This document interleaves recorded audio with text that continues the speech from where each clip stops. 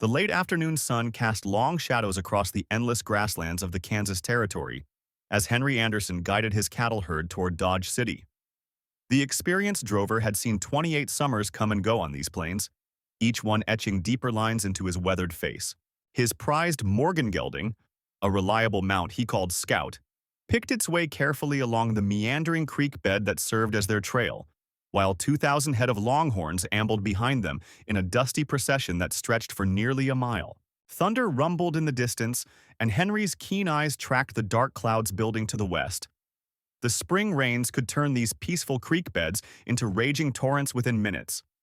He'd lost good men and cattle to flash floods before, and the memory of those disasters kept him vigilant. His trail boss, Frank Taylor, rode up alongside him, the older man's gray beard flecked with trail dust. "Storm's coming in fast, Henry." "Might want to move the herd to higher ground," Frank suggested, adjusting his worn leather hat. The two men had worked together for 5 seasons, and Henry had come to trust the trail boss's instincts about weather almost as much as his own. But something else caught Henry's attention.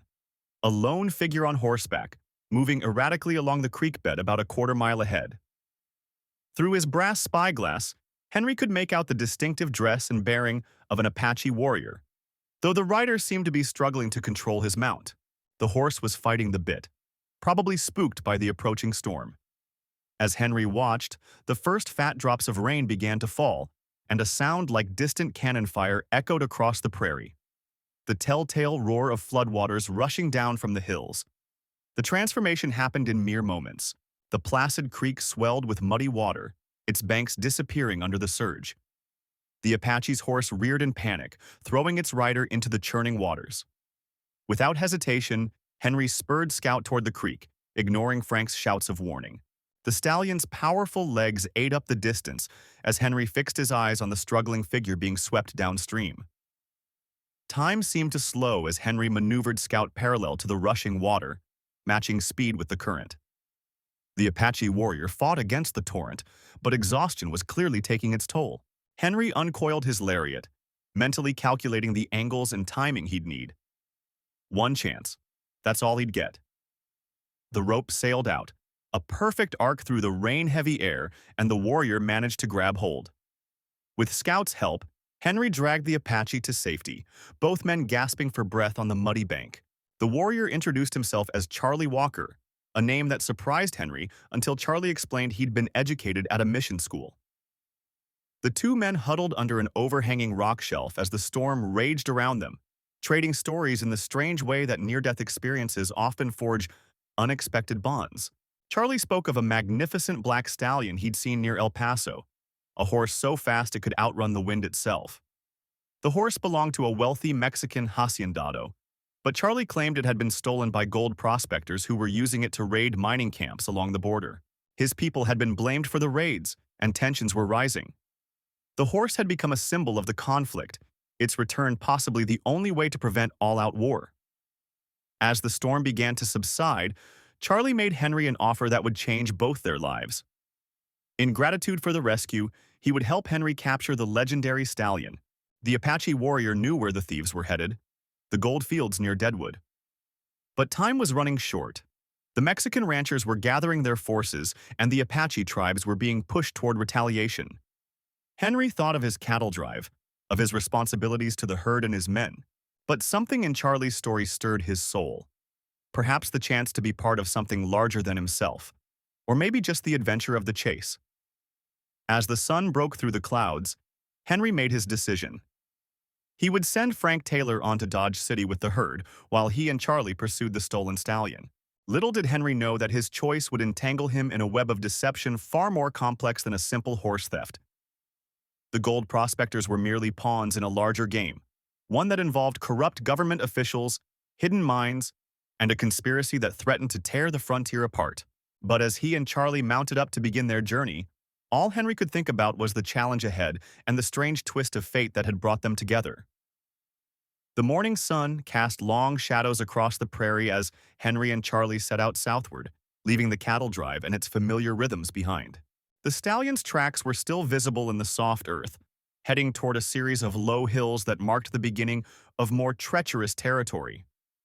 Henry couldn't shake the feeling that they were being watched, and Charlie's tense posture suggested he felt the same. Their first day of tracking led them to an abandoned prospector's camp, where the remnants of a hastily abandoned fire still smoldered. Charlie dismounted and studied the ground with the practiced eye of a tracker, his fingers tracing marks that Henry could barely discern. "3 men," he said softly. "One riding the stallion. They're pushing hard, but the horse is fighting them. See here." He pointed to deep hoofprints that showed signs of resistance. The discovery of a torn piece of paper near the campfire added another layer to their pursuit. Henry carefully unfolded it, revealing a partial map with markings that suggested more than just horse thieves on the run. The crude drawing showed what appeared to be a mine shaft entrance, with numbers and symbols that made little sense to either man. But one thing was clear. The location was somewhere near the Mexican border, in territory contested by both Apache and Mexican forces. As they pressed on through the afternoon, the landscape began to change. The open grasslands gave way to more rugged terrain, where rocky outcroppings provided perfect cover for ambush. Henry found himself remembering stories he'd heard in Cheyenne about gold deposits in these hills, tales that had drawn prospectors like moths to flame, despite the dangers of crossing through disputed lands. Charlie shared more of his story as they rode, speaking of his people's growing frustration with broken treaties and encroaching settlers. The stallion, he explained, was more than just a horse to the Apache. It was a symbol of freedom and resistance, but its theft from the Mexican hacienda had upset a delicate balance, threatening to ignite tensions that had been simmering for months. That evening, as they made camp in a sheltered canyon, Henry noticed smoke signals rising from distant hills. Charlie's expression grew grave as he interpreted their meaning. "War parties," he said, "both Apache and Mexican. They're gathering." The weight of their mission became heavier with this revelation. They weren't just chasing a horse anymore, but racing against time to prevent bloodshed. During their night watch, Henry shared his own story with Charlie, speaking of his years driving cattle and the changes he'd witnessed on the frontier. The conversation turned to the gold rushes that had transformed peaceful territories into battlegrounds of greed. Both men had seen how the promise of riches could corrupt even the most honest souls, and they wondered if the stallion's theft was somehow connected to this eternal hunger for wealth. Their suspicions were confirmed at dawn when they discovered fresh tracks leading to a narrow valley. Among the hoofprints were the distinctive marks of mining equipment being dragged. Charlie's keen eyes spotted something else, scattered bits of gold ore that suggested their quarry was carrying more than just stolen horseflesh. As they followed the trail, Henry recalled rumors he'd heard in Dodge City about a secret gold strike near the border, one that powerful men were trying to keep quiet. The pieces began fitting together. The stolen stallion, the mysterious map, the gathering war parties. Someone was using the horse theft to create a distraction, hoping to spark a conflict that would keep attention away from their true purpose. The morning wore on, and the trail led them deeper into increasingly dangerous territory. The air grew tenser with each mile, charged with the knowledge that they were riding into the heart of a brewing storm. Henry and Charlie exchanged glances, understanding without words that their mission had grown far beyond the recovery of a single horse. They were now caught in a race to expose a conspiracy before it could ignite a war that would devastate both sides of the border. In the distance, dust clouds rose from multiple directions, signs of moving groups that could be either friend or foe. Charlie pointed out tracks that suggested their quarry had split up, with the stallion and one rider heading southeast while the others continued south. They would have to make a choice, and soon, knowing that whichever trail they chose could lead them deeper into danger or closer to preventing a looming catastrophe. Henry pulled his horse to a stop, studying the diverging trails with a practiced eye. The morning sun cast long shadows across the prairie grass, and somewhere in the distance, a hawk's cry pierced the silence. After 20 years of tracking stolen cattle across these plains, he'd learned to trust his instincts. The stallion's trail leading southeast felt like a deliberate misdirection. "Charlie," he said, nodding toward the southern tracks, "that's our path. They want us chasing that horse while they set their real plan in motion."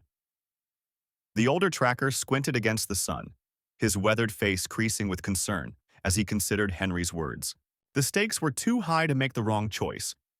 They both knew the tensions between the Mexican haciendas and the border settlements were reaching a breaking point.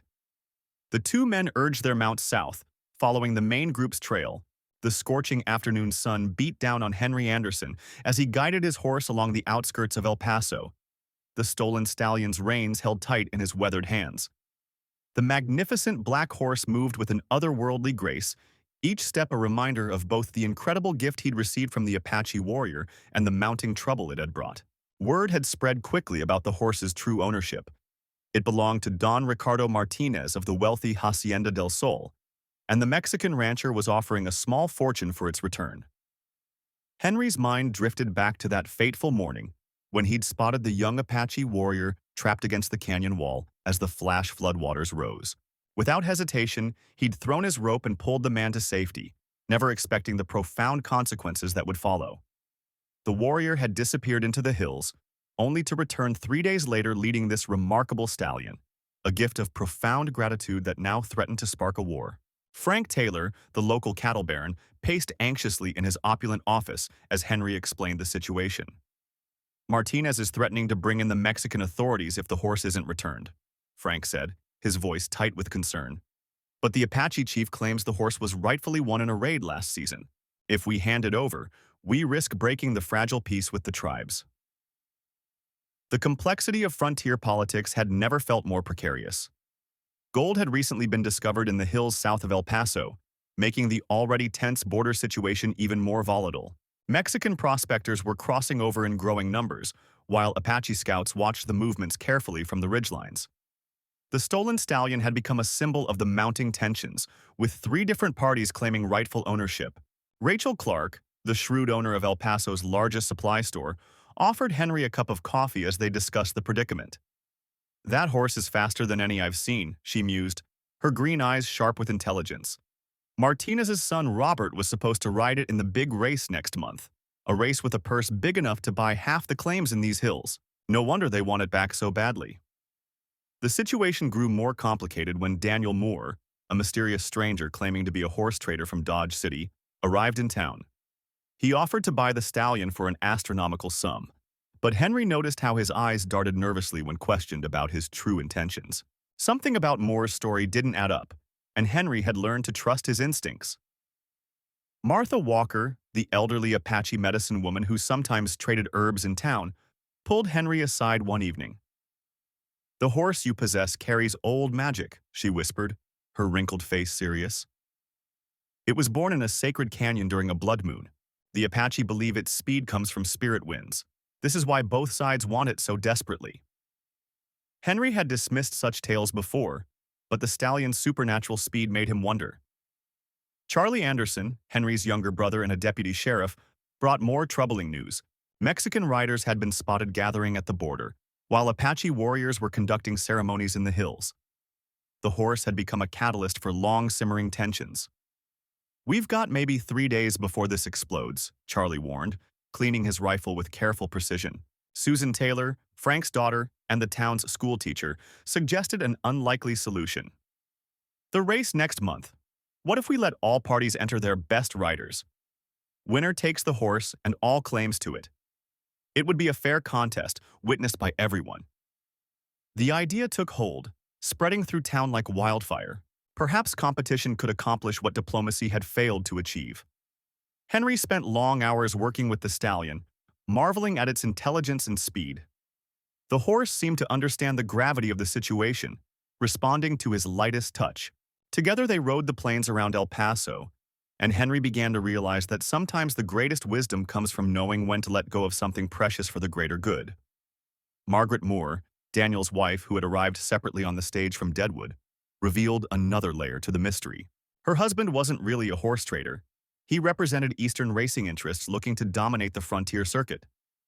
The stallion's legendary speed had drawn gamblers and opportunists from across the territories, each with their own agenda. The Apache warrior who had gifted Henry the horse returned one night, slipping into town like a shadow. He explained that the raid on Martinez's hacienda had been provoked by the rancher's men hunting on sacred tribal grounds.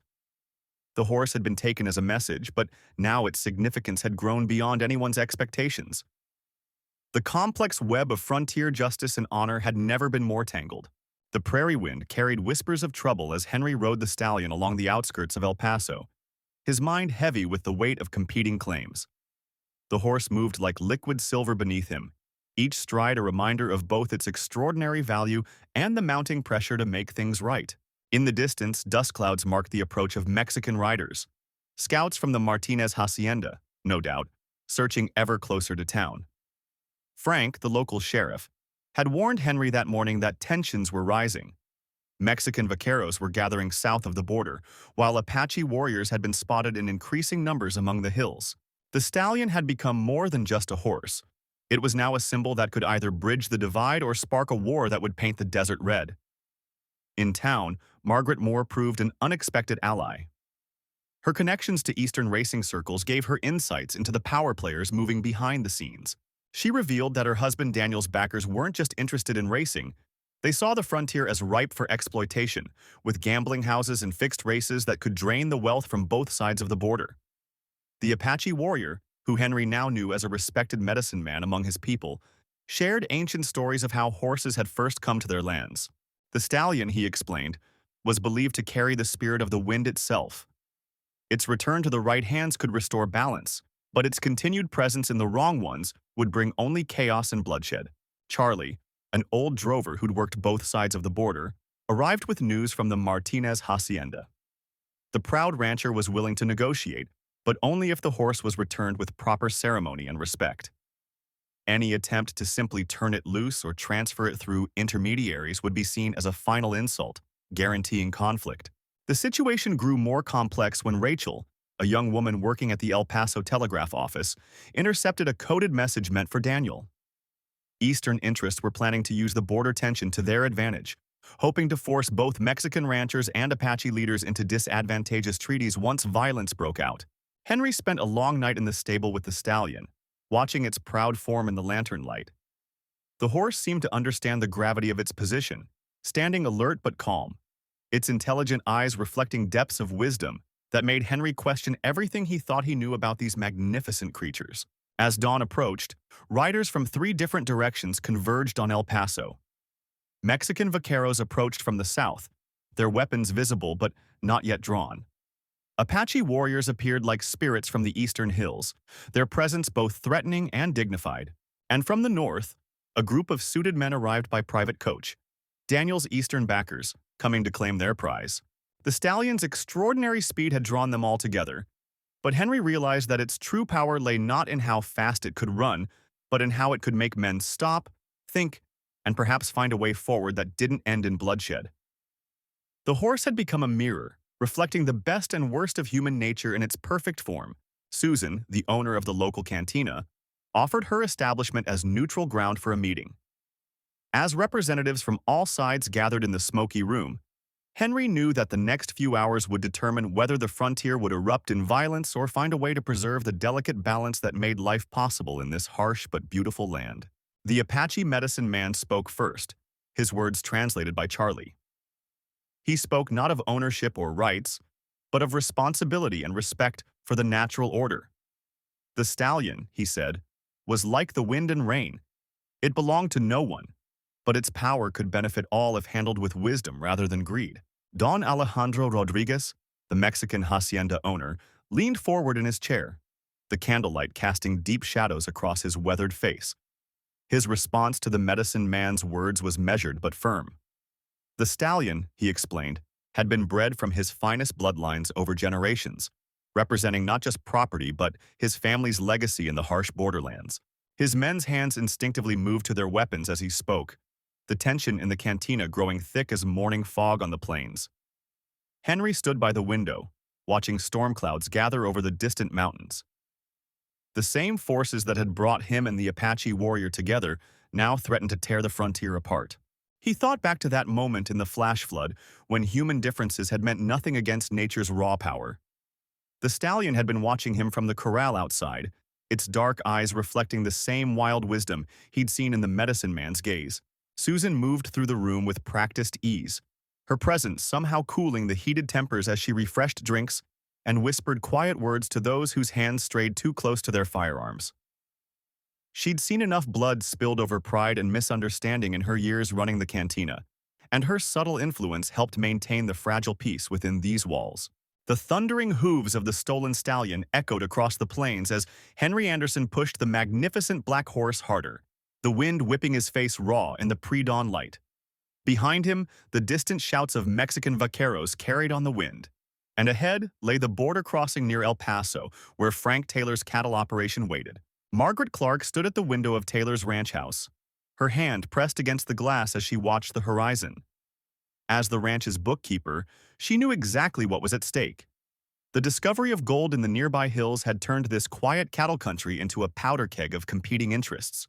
The horse Henry rode wasn't just any stolen property.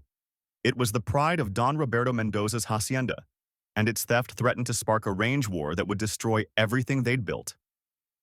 Frank Taylor paced the worn floorboards of his office, his weathered face creased with worry. The cattle baron had built his empire through shrewd deals and careful alliances with both his Mexican neighbors and the Apache tribes. Now, with gold fever sweeping the territory, those delicate relationships were unraveling. The stolen stallion had become a symbol of the growing tensions, and Taylor knew returning it was their only hope of preventing bloodshed. The door burst open as Charlie Moore, Taylor's lead ranch hand, rushed in with news. "Riders coming in from the south, boss. Looks like Mendoza's men, and Apache scouts to the north." He glanced meaningfully at the rifle rack. "Henry's caught between them with that horse. If either side gets to him first," he left the implications hanging in the air. The room grew thick with tension as Taylor weighed his options. Rachel Walker, the local schoolteacher who'd been secretly meeting with Henry to help negotiate with the Apache, spoke up from where she sat in the corner. "The Apache warrior who gave Henry the horse, he must have known it was stolen. This isn't just about the horse anymore. It's about trust, about proving we can make things right without violence." Her words carried the weight of someone who'd spent years building bridges between the communities. As the sun climbed higher, Henry guided Shadow through a maze of shallow arroyos, trying to mask their trail. The horse moved with incredible sure-footedness, as if it could read his thoughts. In the distance, he spotted dust clouds rising from multiple directions, riders converging on his position. His mind raced through possibilities, remembering Rachel's lessons about Apache customs and the importance of returning what was taken with honor. The discovery of gold had changed everything in these parts. What was once peaceful grazing land had become contested territory, with prospectors, ranchers, and tribal hunters all claiming their rights. The stolen stallion had become a focal point for these tensions, a living symbol of the greed and mistrust threatening to tear apart the delicate balance of the frontier. Henry knew his next decision would either heal these wounds or rip them wide open. Daniel Moore, Charlie's younger brother and the local telegraph operator, had been monitoring messages between El Paso and Dodge City. He'd pieced together a larger conspiracy. Certain parties were deliberately stoking tensions, hoping the coming conflict would drive down land prices just as the gold rush was beginning. The horse's theft was part of their plan, but its unexpected journey through Henry's hands had changed everything. Margaret found herself working frantically in Taylor's office, correlating land deeds with recent gold claims. She'd uncovered a pattern that proved Daniel's suspicions. A group of wealthy speculators from Deadwood had been quietly positioning themselves to profit from the coming chaos. The stolen stallion was meant to be the spark that would ignite this powder keg. Her fingers trembled as she organized the evidence. The morning sun cast long shadows across the plains as Henry made his decision. Instead of heading for Taylor's ranch, he turned Shadow toward the neutral meeting ground where the three territories converged. He'd sent word through Rachel to both the Apache warrior and Don Mendoza, proposing a gathering of all parties. The horse beneath him seemed to approve, its stride lengthening with renewed purpose. Laura Anderson, Henry's sister who worked as a nurse in El Paso, had been treating injured miners and ranchers as tensions escalated. She'd seen firsthand how greed could poison men's souls, but she'd also witnessed moments of surprising grace between supposed enemies. When she heard of her brother's plan, she understood its significance. This wasn't just about returning a horse, but about choosing a different path forward. Frank Taylor mounted his own horse, leading a small group that included Charlie Moore and Robert Clark, Margaret's brother who'd recently arrived from Cheyenne with his own tales of how gold fever had torn communities apart. They rode out to support Henry's gambit, knowing that everything hung on what would happen when all parties converged at the meeting ground. The future of the territory would be decided not by gold, but by how they chose to handle this moment. The meeting ground lay in a natural bowl between towering mesas, the morning sun casting long shadows across drought-hardened earth. Henry guided the stallion carefully down the western slope, watching dust clouds rise from multiple directions as the various parties approached. The Mexican hacienda owner, Don Rivera, had brought a contingent of his men, their horses' tack gleaming with silver in the early light. From the east came the Apache delegation, led by the warrior Henry had saved, their presence both proud and purposeful. Frank positioned his small group on a ridge overlooking the gathering, rifles ready but not aimed, a precaution against the various trigger-happy elements that had been stirring up trouble along the border. Charlie Moore kept his spyglass trained on the scattered gold prospectors who'd followed the commotion, drawn by rumors of the legendary horse and the promise of violence. The stallion beneath Henry danced nervously, sensing the tension in the air. Its coat shimmered like polished obsidian, a reminder of why men would kill for such a creature. But as Henry patted its neck, he remembered the flash flood, the struggling Apache warrior, and how a simple act of humanity had led to this moment. The horse wasn't just a prize to be fought over. It had become a symbol of something larger. Laura had ridden out from El Paso with medical supplies, knowing how quickly these situations could turn bloody. She set up a small aid station behind Frank's position, praying it wouldn't be needed. Robert Clark stood beside her, his experience with Cheyenne's Gold Rush conflicts making him particularly attuned to the powder keg nature of the gathering. The Apache warrior, Swift Arrow, rode forward first, his face bearing the same determined expression Henry remembered from the flood rescue.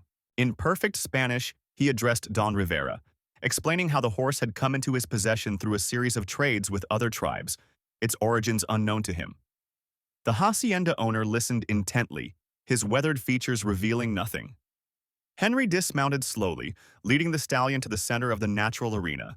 The animal's hooves struck the hard earth with deliberate steps, as if understanding its role in the unfolding drama. In clear voice, Henry spoke of his vision for the territory, not as a battleground for gold seekers and cattle barons, but as a place where different peoples could find common ground. The tension crackled like heat lightning as Don Rivera considered the proposal. The stallion would be returned, but would serve as a symbol of peace between his hacienda and the Apache tribes. Its offspring would be shared, creating a new bloodline that would bind their communities together rather than tear them apart. The gold prospectors muttered among themselves, seeing their hopes for conflict and profit evaporating in the morning sun. Swift Arrow's face remained impassive, but his eyes showed approval. He had seen too many battles, lost too many brothers to senseless fighting.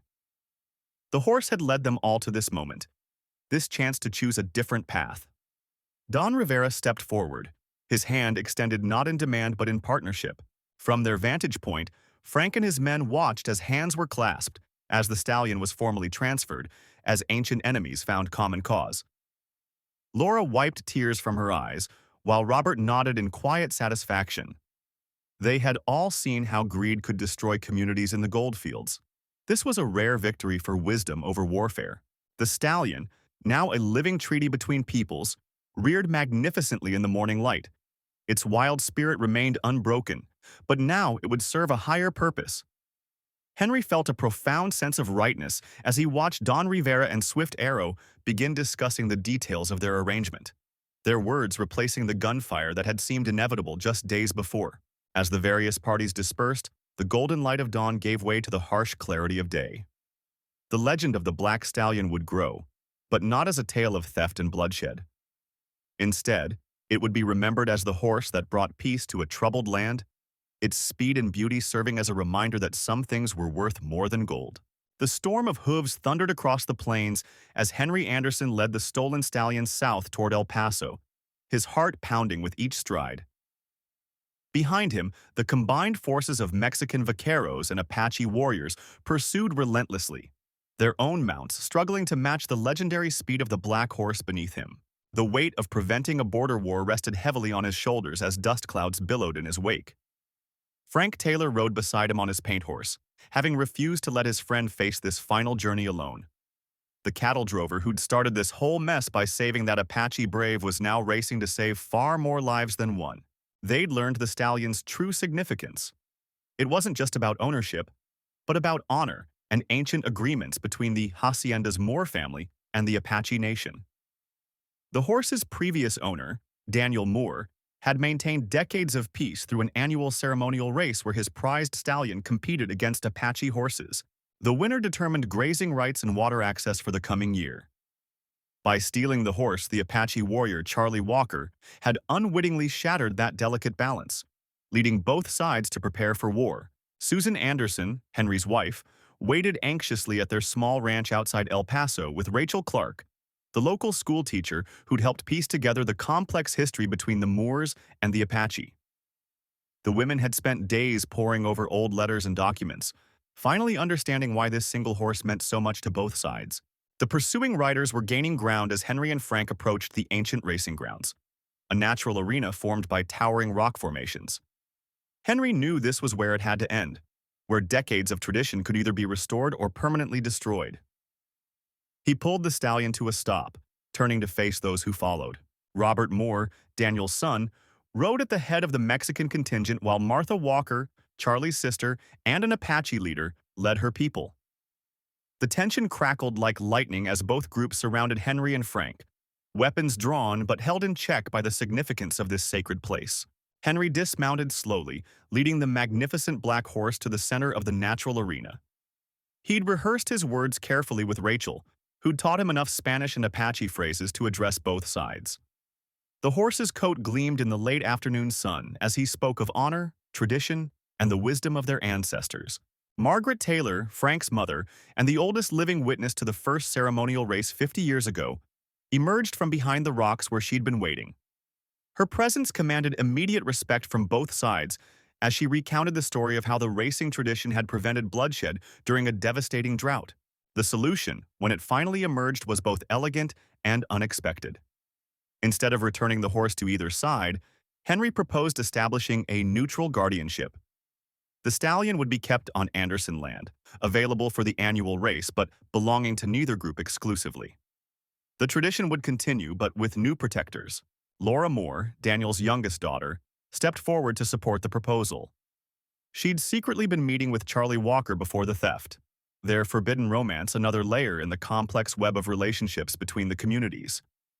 Their love had helped inspire Henry's solution, though few knew of their connection.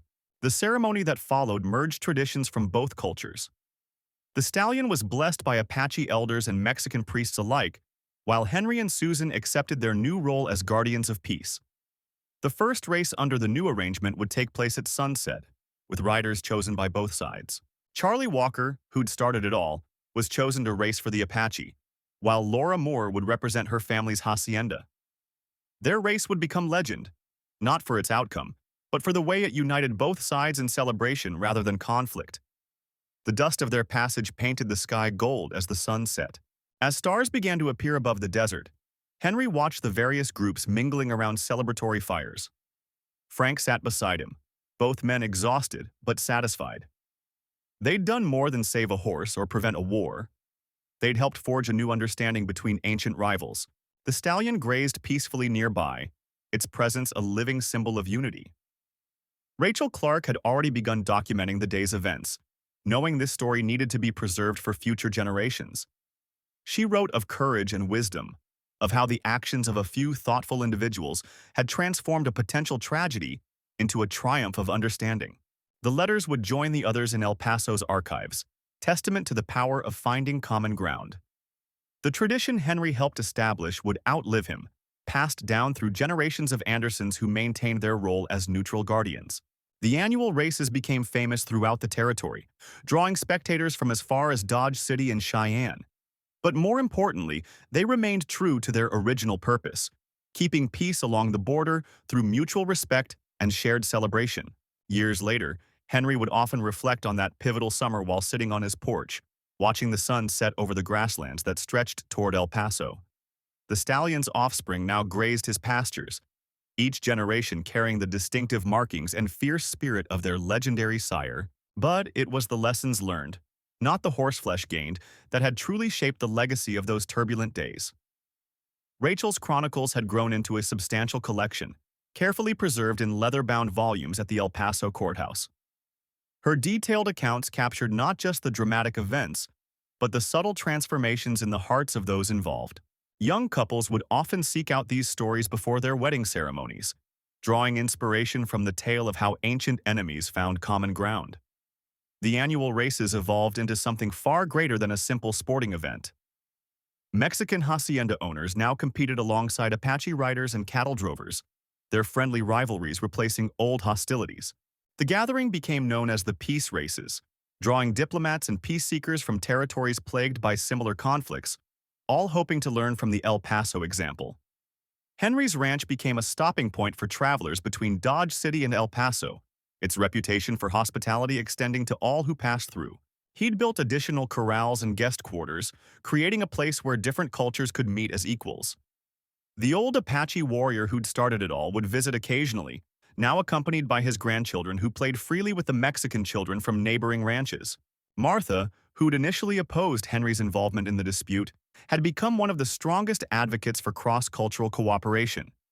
She established a school where children from all communities could learn together, teaching not just reading and writing, but the importance of understanding different perspectives. The success of her program led to similar initiatives in Cheyenne and Deadwood. The stallion lived to a remarkable age, its presence a reminder of how a single act of courage could ripple through generations. When it finally passed, representatives from every community gathered to honor its memory. The ceremony blended Apache traditions with Catholic rites, creating something entirely new, much like the society that had grown around it. Frank, who'd been skeptical of Henry's peacemaking efforts, became one of its strongest supporters after seeing the economic benefits of cooperation. The trading networks that developed between ranches and tribes created prosperity that would have been impossible during the old days of conflict. He often said that peace had proved more profitable than any gold rush. As Henry grew older, he took particular pride in watching young riders from different backgrounds working together during roundups and cattle drives. They developed their own unique culture, combining the best elements of their various traditions. The sight of Apache trackers teaching Mexican vaqueros, while white cowboys learned tribal languages, became commonplace along the frontier. The story spread far beyond the territories, carried by travelers and documented by writers who recognized its significance. Rachel's accounts were published in Eastern newspapers, offering hope to other regions struggling with similar conflicts.